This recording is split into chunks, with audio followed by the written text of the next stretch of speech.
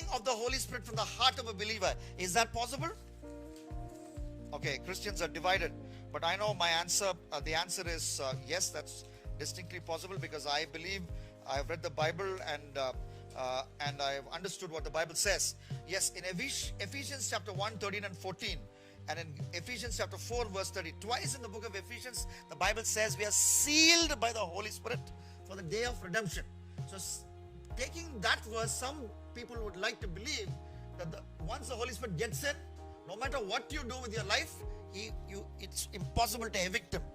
Okay? Well, what I would like to also see is the whole message of the Bible. And we see in Genesis 6:3, the Bible says, my spirit will not strive with man forever. So which means when we keep sinning, the Holy Spirit will speak to us once, twice, thrice. But the Bible clearly says, my spirit will not keep on battling with man, struggling with man, keep on speaking with man. So he will speak for some time, and after that he will stop speaking. Like it happened in the life of Pharaoh. He saw the first few miracles, he hardened his heart.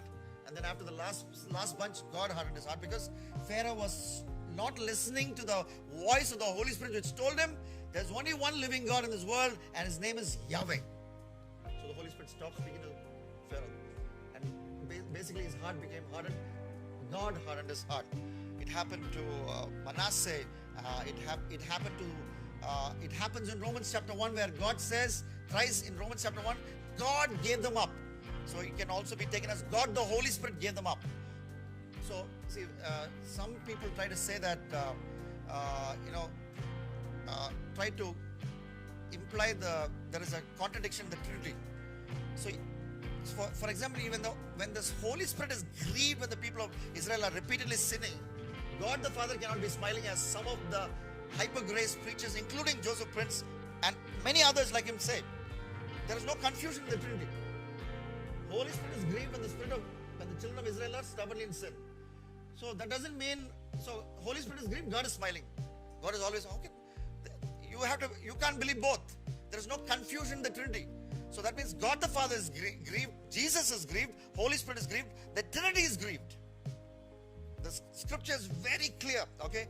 And the Bible also says in Ephesians 4:30, do not grieve the Holy Spirit of God, by whom you were sealed for the day of redemption. Okay, Ephesians 4:30. Let's just look at this verse. So do not grieve the Holy Spirit of God, by whom you were sealed for the day of redemption. What does it mean? As long as we do not keep on grieving the Holy Spirit of God, we will always be sealed by the Spirit of God. But if we keep on grieving the Spirit of God, there will come a time when we look at the whole message of the Bible, including Genesis 6:3, he may choose to leave us. Otherwise, why would David pray in Psalm 51 verse 11, do not cast me away from your presence, and take not your Holy Spirit from me. Okay? I am a firm believer that we have one message in the Bible. I don't believe in saying this is from the Old Testament, this is from the New Testament, because it's all the same. In the Old Testament, we were saved by grace.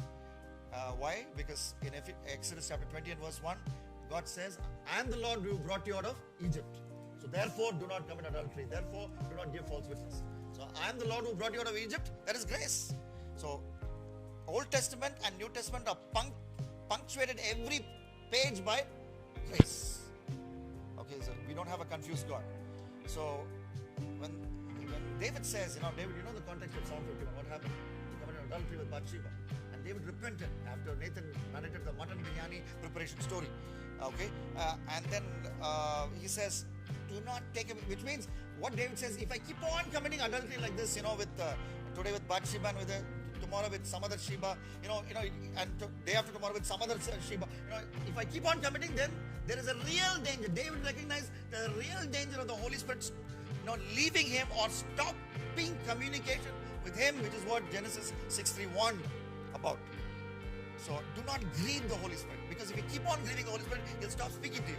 But if you please the Holy Spirit and you cooperate with him, if you abide in the vine, as he's in the vine, he will live with you. He'll abide with you. Jesus abides with you. Holy Spirit abides with you. God the Father is pleased with you. So this is a mutual two-way street. But your part also you do not with your own effort, but with the enabling power of the Holy Spirit. So your part, I do my part, okay, not with my own strength, but with the enabling power of the Holy Spirit. Okay, so we're not talking about works per se. All right, so